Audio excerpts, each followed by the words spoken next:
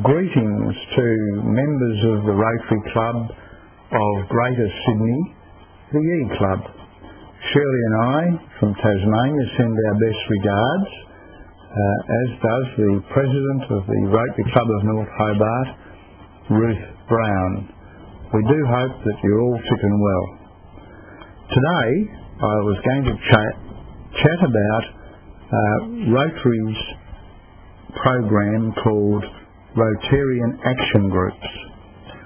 Those groups cover the areas of focus that Rotary's concentrating on for the next few years: peace and conflict resolution, disease prevention and treatment, water, maternal and child health, basic education and literacy, and economic and community development.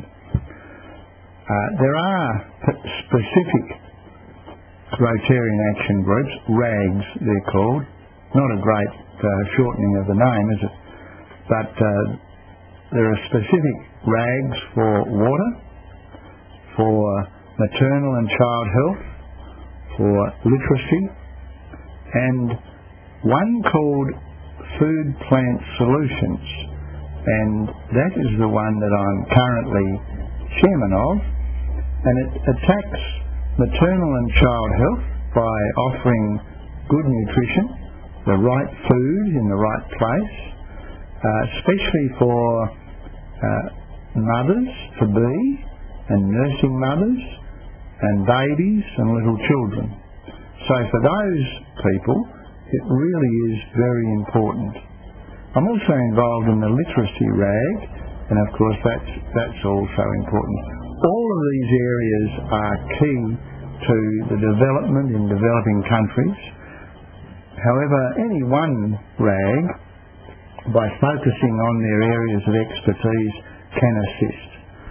I have actually made another podcast specifically on food plant solutions, and I encourage you to have a look at that, have a listen to it, because it will talk about the looming global food supply crisis. Knowing that there are 7 billion people in the world at the moment, 2.5 billion more people will be by the year 2050. But don't worry about 2050. At the moment, the demand for food is rising by 2% per year, and whereas the food output is rising by only 1%. So there's a 1% deficit already in 2012. Here's a challenge. There's 1.8 billion men and women and children going to sleep each night hungry, very hungry.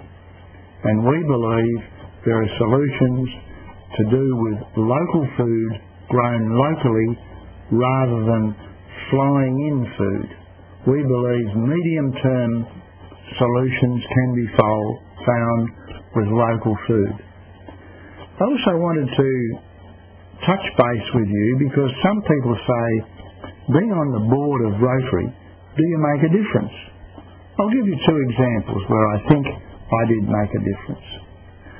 At the very first board meeting, the concept of allowing Timor-Leste to be a Rotary country was brought up, and it was a motion. The staff of Rotary International had recommended against it because there was still local fighting going on.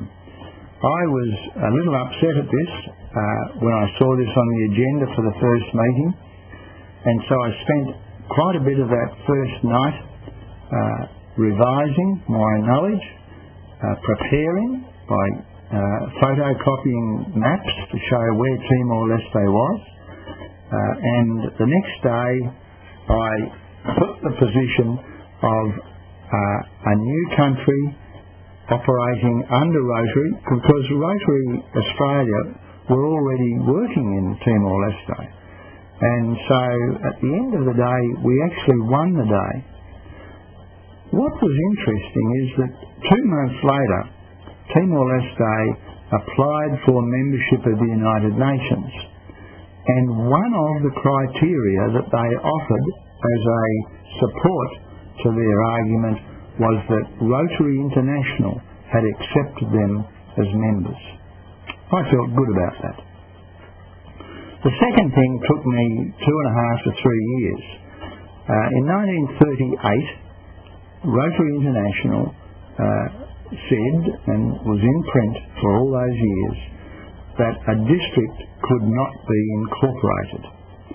You have to realise that a great deal of the heaviness of decision making comes from North America, and their